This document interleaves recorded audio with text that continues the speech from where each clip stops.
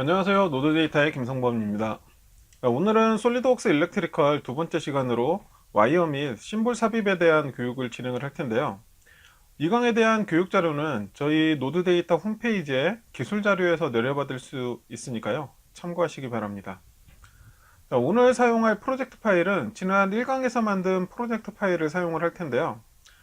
프로젝트 파일이 없으신 분들은 1강 영상을 참조해서 만드시기 바랍니다. 솔리드웍스 일렉트리컬은 선택된 도면에서 사용 가능한 명령어만 표시가 되는데요. 다양한 명령어를 모두 나열하지 않고 필요한 명령어만 간결하게 표시를 해주는 솔리드웍스 일렉트리컬의 특징 중에 하나입니다. 자, 와이어 그리는 작업을 하기 위해서는 일단 4번 도면을 선택을 하도록 하겠습니다.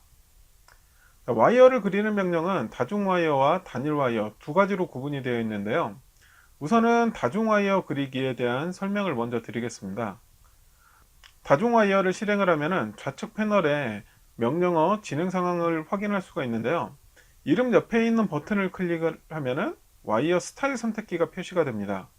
자, 여기에서 그리고 싶은 와이어 스타일을 변경을 할 수가 있습니다.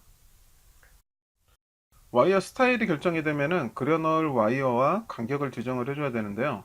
체크박스를 통해서 와이어를 선택할 수가 있고, 와이어가 하나만 선택이 되면은 간격이 비활성화가 됩니다.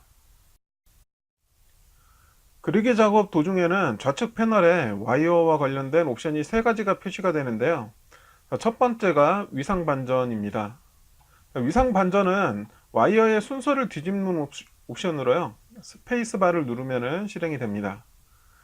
와이어가 꺾인 상태에서 스페이스 바를 누르게 되면 꺾여 있는 부분에 와이어 모양을 변경을 할 수가 있습니다. 두 번째 도면 굽히면 와이어를 한번 꺾이게 하는 옵션인데요. 키보드에 C키를 누르면 됩니다. 와이어 굽힘이 적용된 상태에서 스페이스 바를 누르면 와이어의 순서를 또 변경을 할 수가 있습니다. 마지막으로 비직교 도면인데요. 이 명령은 사선을 그릴 때 사용하는 옵션으로 여러 개의 와이어를 동시에 그리고 있을 때에는 와이어의 간격을 변경하는 용도로 사용할 수가 있습니다. 자, 지금까지 다중 와이어 그리기와 옵션 사용법에 대해서 설명을 드렸는데요. 자, 지금부터는 내려받으신 교재 17페이지에 그려져 있는 회로를 작성을 해 보겠습니다. 17페이지에 그려져 있는 회로는 다중 와이어를 이용을 해서 작성한 전원 회로입니다. 분기 와이어를 그릴 때에는 어느 지점에서 와이어를 분기를 했느냐가 중요한데요. 자, 와이어의 중간에서 분기를 하는 경우에는 분기 지점을 클릭을 하면은 사선이 하나가 표시가 됩니다. 이 사선을 분기할 방향에 놓고 클릭을 하면은 분기 와이어가 그려지게 되는데요. 분기 지점을 바깥쪽에 있는 와이어를 클릭을 했을 경우에는 분기 방향을 지정할 사선이 표시되지가 않습니다. 자, 이때 와이어의 분기되는 순서를 바꾸려면은요, 스페이스바를 눌러주시면 됩니다. 교재 18페이지에 있는 회로를 그리기 위해서는 도면을 추가를 해야 되는데요. 도면 추가는 좌측 패널에 있는 도면 중에서 아무거나 마우스 우클릭을 하고 새로 만들기에 회로를 선택을 하시면 됩니다. 새로 추가된 도면에는 도면 제목이 없는데요. 도면 제목은 속성을 열고 설명 항목에 입력을 해주시면 됩니다. 자, 그럼 이제부터 추가된 도면에 교재 18페이지에 있는 회로를 그릴 텐데요. 자, 와이어 스타일 선택기에서 DC 24V 와이어 스타일을 선택을 하면 됩니다. 선 사이 공간이 현재는 비활성화되어 있는데요. 선의 개수를 2개 이상으로 변경을 하면 활성화가 됩니다. 18페이지의 회로는 한 선만 있으면 되니까요. 개수를 1로 설정을 하고 도면에 단일 와이어를 그리면 됩니다. 단일 와이어 그리기는 다중 와이어와는 달리 선을 그리는 명령을 종료를 해도 그리기 명령 자체가 종료가 되지 않는데요. 와이어 그리기 작업을 연속적으로 이어서 할 수가 있습니다. 자, 나머지 교재에 나와 있는 회로에 와이어 그리기 작업을 마무리를 하고 심볼 삽입에 대한 설명을 드리도록 하겠습니다. 17페이지에 심볼 모양과 표에 있는 기호, 첨조, 클래스를 참고를 해서 심볼을 찾고 제조업체 파트를 등록을 하면 되는데요. Q1을 예를 들어서 심볼을 찾고 제조업체 파트를 등록하는 방법을 설명드리겠습니다. 리본 메뉴에 도면 탭에 있는 심볼 삽입을 클릭을 하고 다른 기호를 선택을 하면 심볼 선택기가 실행이 되는데요. 심볼들이 종류에 따라서 분류 항목별로 구분되어 있기 때문에 먼저 Q1이 속해 있는 회로 차단기를 분류 항목에서 선택을 합니다. 그러면 회로 차단기 항목에 속해 있는 모든 심볼들이 표시가 되는데요. 여기에서 원하는 심볼을 찾아서 선택을 해주시면 됩니다. 자, 선택한 심볼을 삽입할 때 와이어 위로 심볼을 올리게 되면은 와이어 방향에 맞게 심볼이 자동으로 회전을 합니다. 자, 심볼 방향은 기호 방향에서 직접 선택을 해도 되고 스페이스 바를 누르거나 마우스 우클릭을 해도 동일하게 심볼 방향을 변경을 할 수가 있습니다. 자, 심볼을 와이어 위에 삽입을 하면은 기호 속성창이 표시가 되는데요. 속성창에서는 먼저 심볼 기호를 설정을 합니다. 루트와 번호의 조합으로 기호가 만들어지는데 모드를 조작으로 변경을 하면은 루트와 번호가 비활성화가 되고 기호에 원하는 심볼 기호를 직접 입력할 수가 있습니다. 기호 속성창에는 제조업체 파트 및 회로 탭이 있는데요. 여기에서 해당 심볼이 어느 회사에 무슨 제품을 사용할 것인지를 등록을 할 수가 있습니다. 제조업체 파트 검색창에 제품 정보를 입력하면 되는데 교육에 사용되는 파트는 표에 있는 참조 항목에 일부 값만 넣어도 검색을 할 수가 있습니다.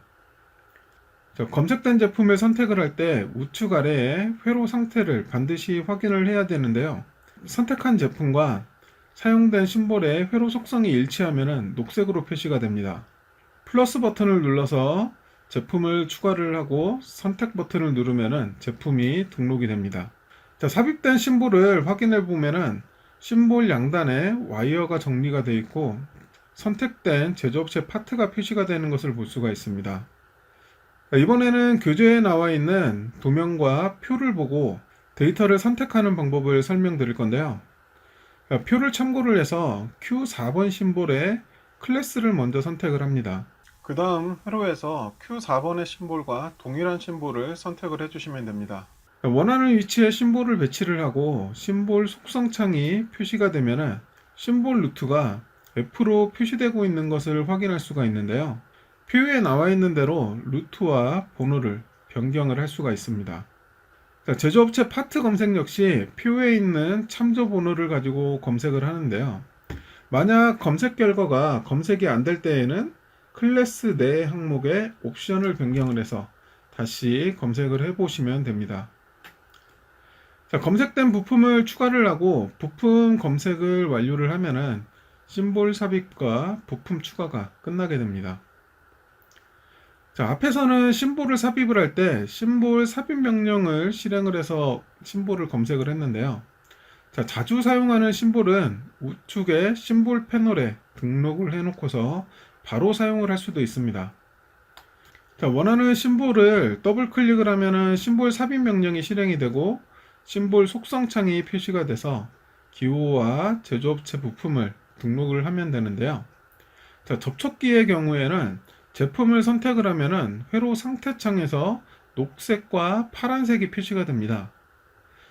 자, 녹색으로 표시가 되는 것은 접촉기에 주접점 심볼이 배치되어 있다는 걸 의미를 하고요. 파란색으로 표시되어 있는 것은 앞으로 심볼을 더 삽입할 수 있는 회로를 나타냅니다. 자, 나머지 심볼과 제품 검색은 모두 동일한 방법으로 진행이 되니까요. 예제 도면을 보면서 천천히 그려보시면 될 것 같습니다. 심볼 복사에 대한 설명을 추가로 드려야 될 것 같은데요. q2를 복사하고 원하는 위치에 붙여넣기를 하면은 등록된 제품 정보는 유지가 되면서 심볼 기호가 자동으로 Q3로 지정이 됩니다. 자, 심볼 복사 기능은 동일한 제품을 사용하는 경우에 제품 검색 작업을 줄일 수 있는 방법 중에 하나입니다. 자, 전원 회로의 설계가 완료가 됐습니다. 자, 이제부터 5번 도면에 제어 회로를 작업을 할 텐데요. 앞에서 사용한 KM1의 접촉기의 보조 접점 심볼을 삽입하는 작업을 먼저 하겠습니다.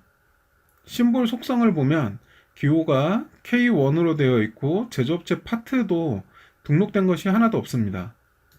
자, 이 상태에서 루트를 KM으로 강제로 변경을 하면은 이미 부품 트리에 KM1이 있기 때문에 자동으로 번호가 2로 설정이 됩니다.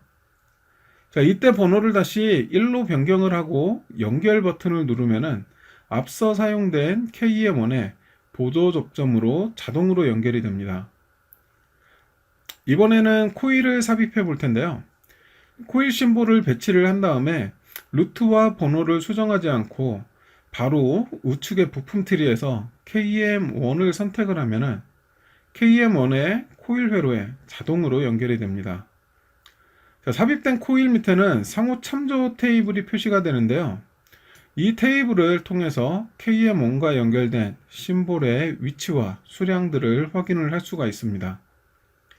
그리고 상호 참조된 심볼들은 바로가기를 통해서 심볼들이 배치된 위치로 이동을 할 수가 있는데요. 이 기능은 도면을 검토를 한다든지 수정을 할 때 유용하게 이용하실 수가 있습니다. 나머지 제어 회로에 심볼을 삽입하고 제품을 검색하는 방법은 앞에서 이미 다 설명을 해드렸기 때문에 교재 18페이지에 예제 도면 2번을 참고를 하셔가지고 도면 작업을 완료를 해주시면 될 것 같습니다. 자, 지금까지 와이어와 심볼 삽입에 대한 2강 교육을 진행을 했는데요. 혹시 오늘 교육 내용이라든지 제품에 대한 문의는 아래에 연락처로 연락을 주시면 도움을 드리도록 하겠습니다. 감사합니다.